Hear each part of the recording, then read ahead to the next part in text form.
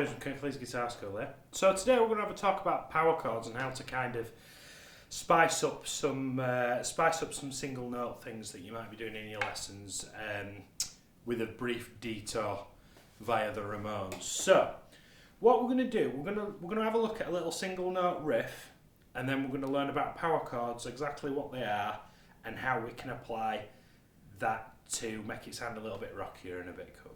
So here's what we're going to go for first. Let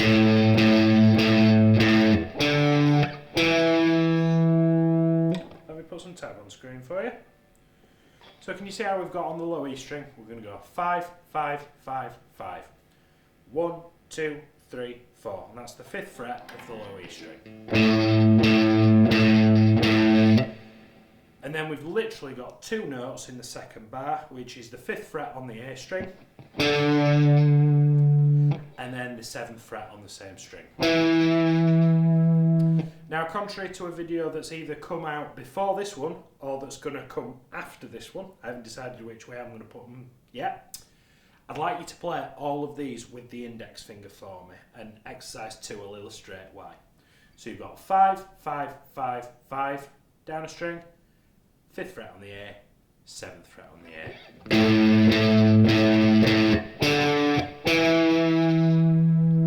And that should go, that's cyclical, it goes round and round and round.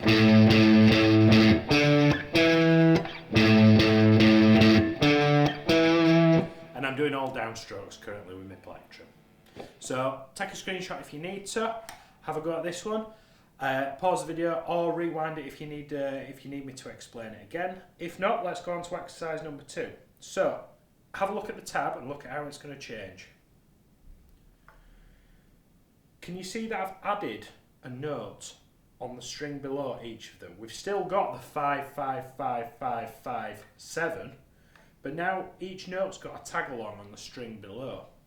So if we have a look over here at this very first one down here, we've got the 5th fret, and then we need to play the 7th fret on the string below. And when in tab, when 2 notes are stacked on top of each other, it means that we play them both at the same time. We strike those strings with one swoop, but we don't strike any of the others. If you're doing this and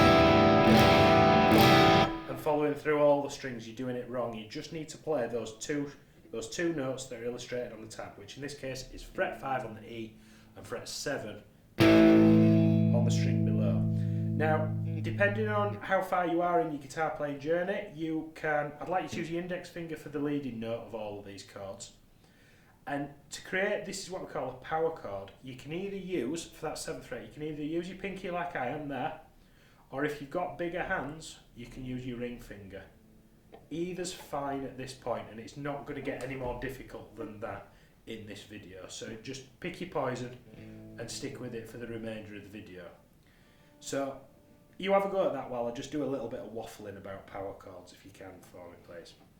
So a power chord is really common in rock music because it uses what we call the 1st and the 5th note of the scale.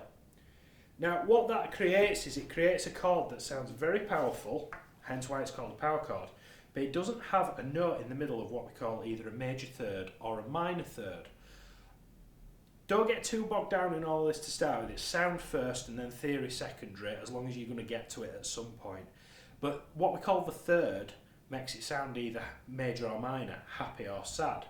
Well, this chord's neutral. It doesn't sound neither happy nor sad, and that's why rock music, especially with distorted guitars, it's really popular for, because it has that sort of straight to the point sound. So, waffling over, all you need to know is it sounds cool with loads of distortion. You can do this with acoustic guitar too, by the way, there's nothing wrong with that. It just might be a little bit harder to press these down, but it's all character building.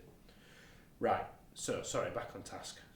We're going to play that 5 times, the 5th fret and the 7th fret at the same time.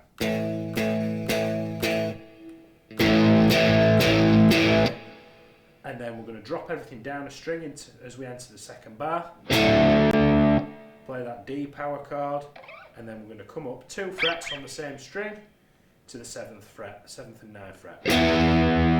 And that's a really good point. If you're getting this, don't worry about getting rid of that to start with. It's something that just cures itself eventually. Try not to spend too much energy on that. Actually focus on getting the chords right, and this we can worry about later.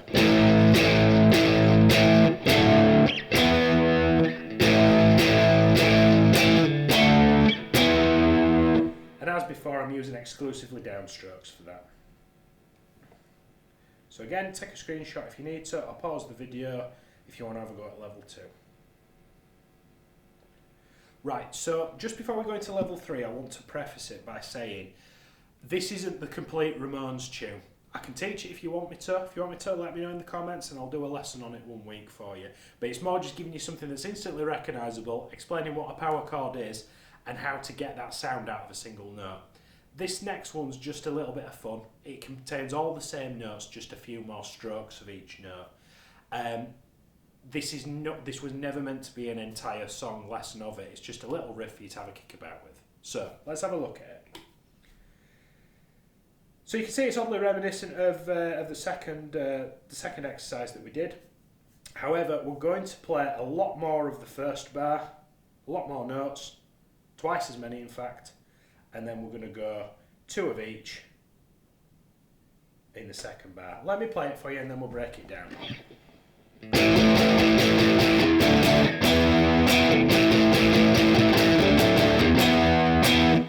So instead of, in the first bar, instead of going 1, 2, 3, 4,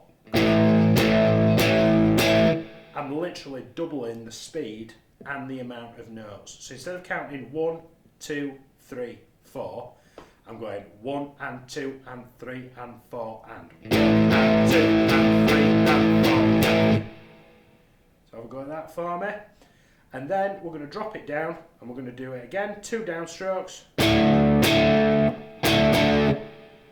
And then we're going to go to the 7th and the 9th fret and do 2 more notes. But these are a little bit more spaced out. So you go da da da da.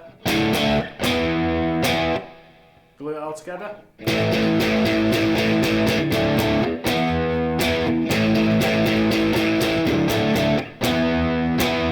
So pause the video, have a go at that if you need to, rewind it if you want me to explain it again.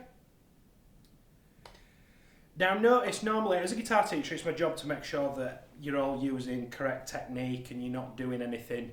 You're playing guitar the right way, and that's really important to me.